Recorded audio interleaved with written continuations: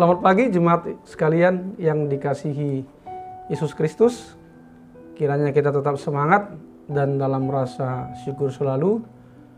Sebelum kita disapa oleh firman Tuhan, mari kita lebih dahulu menundukkan hati dan pikiran kita. Marilah kita berdoa. Damai sejahtera Allah yang melampaui segala akal, itulah kiranya yang memelihara hati dan pikiranmu di dalam Yesus Kristus Tuhan kita. Amin.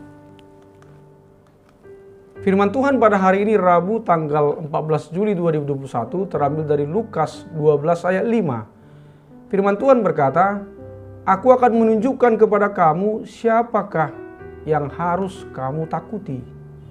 Takutilah dia yang setelah membunuh mempunyai kuasa untuk melemparkan orang ke dalam neraka. Sesungguhnya aku berkata kepadamu, takutilah dia." Dalam bahasa Batak dikatakan, "Alai hupatuduhun matuhamu napatut habiaramuna. Habiari hamu maibana. Namar huaso mabunuh huhut madabuhon tuapi naroko. Olo hudok matuhamu. Ibana ma habiari hamu." Demikianlah firman Tuhan. Topik, takutlah kepada Tuhan Yesus yang berkuasa atas hidup kita. Jemaat Kristus yang saya kasihi, firman Tuhan ini berisi peringatan yang ditujukan kepada murid-muridnya, yang mengingatkan para murid agar jangan takut kepada para pemimpin yang seolah memiliki kuasa untuk mengucilkan bahkan membunuh mereka. Memang perasaan takut adalah sifat manusiawi kita, apalagi terhadap hal-hal yang mengancam hidup kita.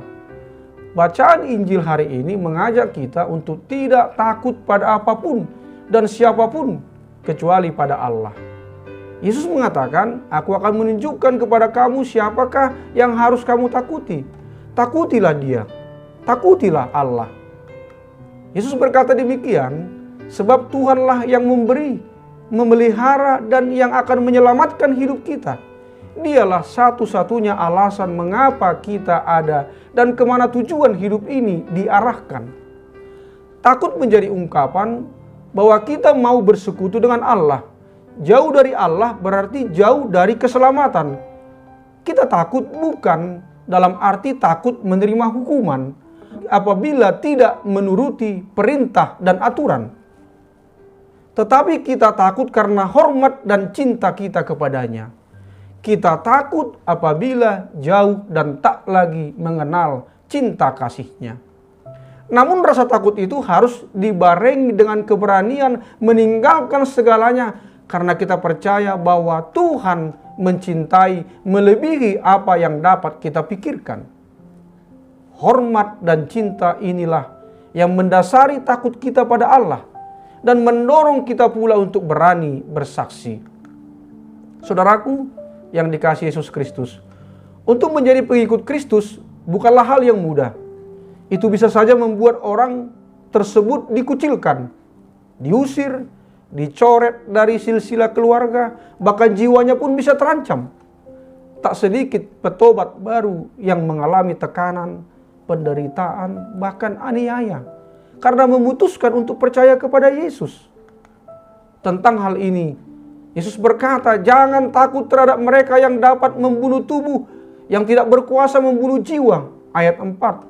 Untuk menjadi pengikut Kristus memang ada harga yang harus dibayar.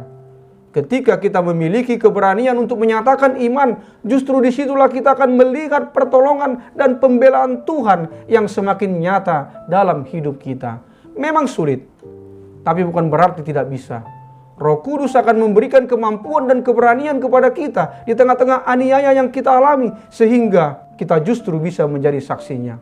Jemaat Tuhan yang saya kasihi, Santo Isaac Jogues adalah seorang imam Yesuit berkebangsaan Prancis yang dikenal sebagai martir dalam penginjilannya di antara bangsa Indian, khususnya suku Mohawk. Dia berani mati sebagai martir karena imannya yang besar akan Kristus Tuhan, cintanya pada Tuhan dan sesama memberinya keberanian untuk bersaksi. Santo Isaac Jogues mengatakan, Aku hendak melakukan apapun yang dikehendaki Tuhan, meskipun itu harus dibayar dengan 1000 nyawa.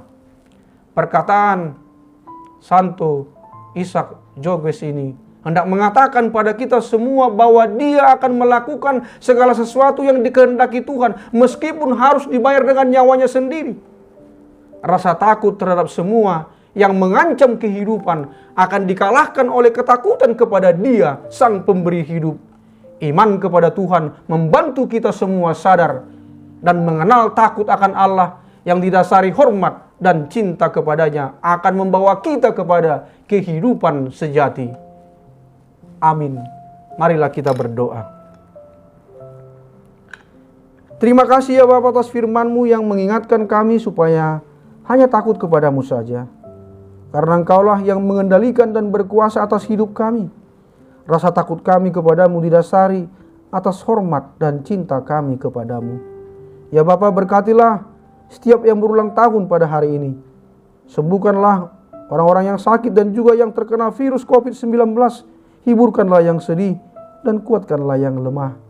Berikanlah apa yang menjadi kerinduan di hati kami setiap pribadi dan keluarga. Hanya di dalam nama Tuhan Yesus Kristus kami telah berdoa. Amin.